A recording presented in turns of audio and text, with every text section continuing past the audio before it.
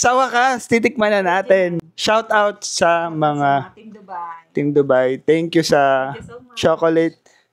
Kunafa chocolate. From Dubai. Para masimulan na naman yung pagtikim-tikim ng mga cakes tsaka mga donut. Compare. Start na ng ating chocolate invasion. Let's go! Ito muna, no? Ito muna. Comment kayo. Ito muna. Yes daw. Woo! Kunafa. So yung mga regular chocolates na natikman namin, manipis yung foil. So ito, makapal. Let's go, Kunafa. Let's go. Pistachio Kunafa. Kasi may una kaming ginawang video, pero... Wow.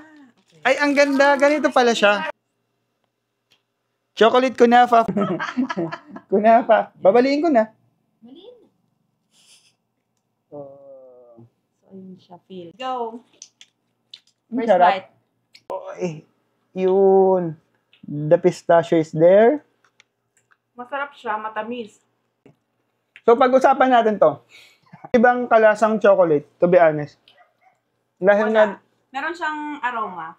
dahil dun sa crunchiness, crispiness nung pistachio tsaka nung kunafa Ikaw. chocolate. Tapos, chocolates. And ang bilis niya matunaw. May mystery. Habang kinakagat mo, parang marami kang pwedeng gawin. Ma-judge mo siya. Pero compare sa ibang chocolate, hindi siya sobrang tamis. Matamis siya for me. Matamis siya, pero compare sa ibang chocolate, May mas matamis pa ba? mm-mm. For me kasi matamis na to eh. Sa akin din.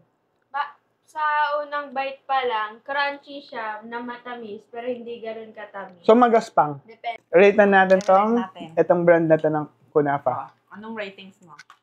Sino muna? Ikaw na. Ako muna, 8 over 10. 8. Sa akin, Ikaw? 10? 8 over 10 din. Oh, so 8 over 10. Matamis na addicting. This one is 8 over 10. So So, let's go to the second brand. Itong Dubai Kunafa Chocolate Pistachio. So let's open na. So this one, ang atake naman niya, gold cover. gold naman siya. So kanina silver, ito gold.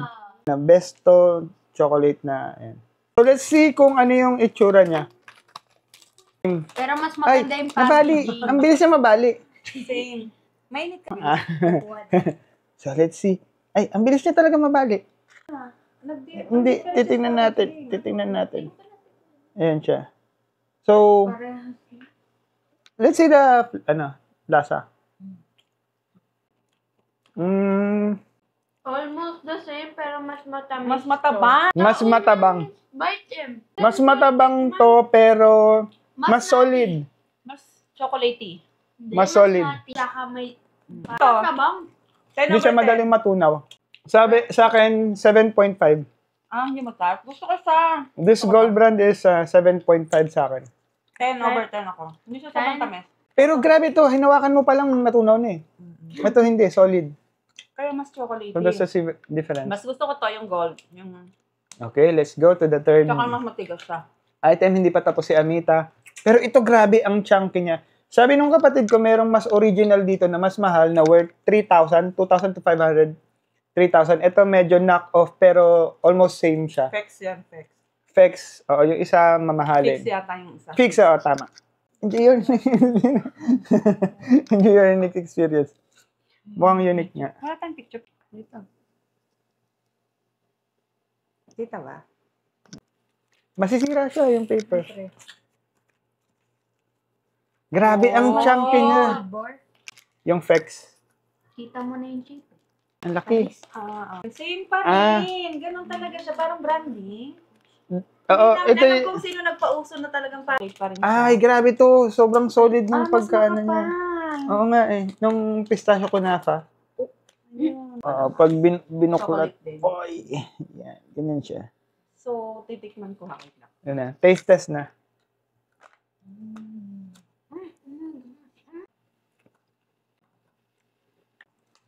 Guys ko na dito sa Vex. Afex. Ano?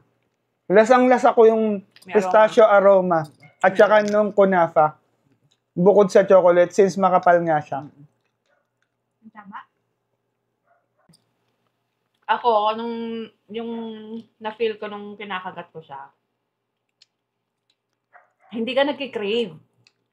Nai-enjoy mo talaga siya. Ako naman, Nai-enjoy mo siya. Tapos talagang parang napaka-social na ng panlasa mo.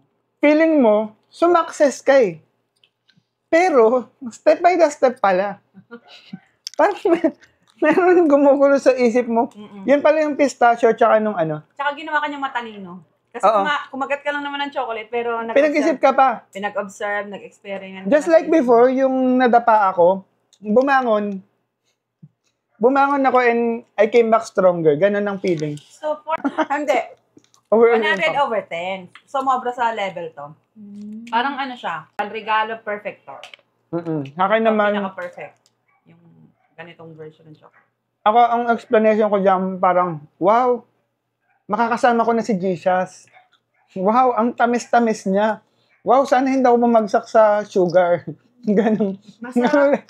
Ang tamis. Pero Hindi siya ang sobrang sarap. tamis. Pero, Matabang. feeling mo healthy. Kasi nga yung pistachio, Mm. nalasahan mo siya ng nalasahan.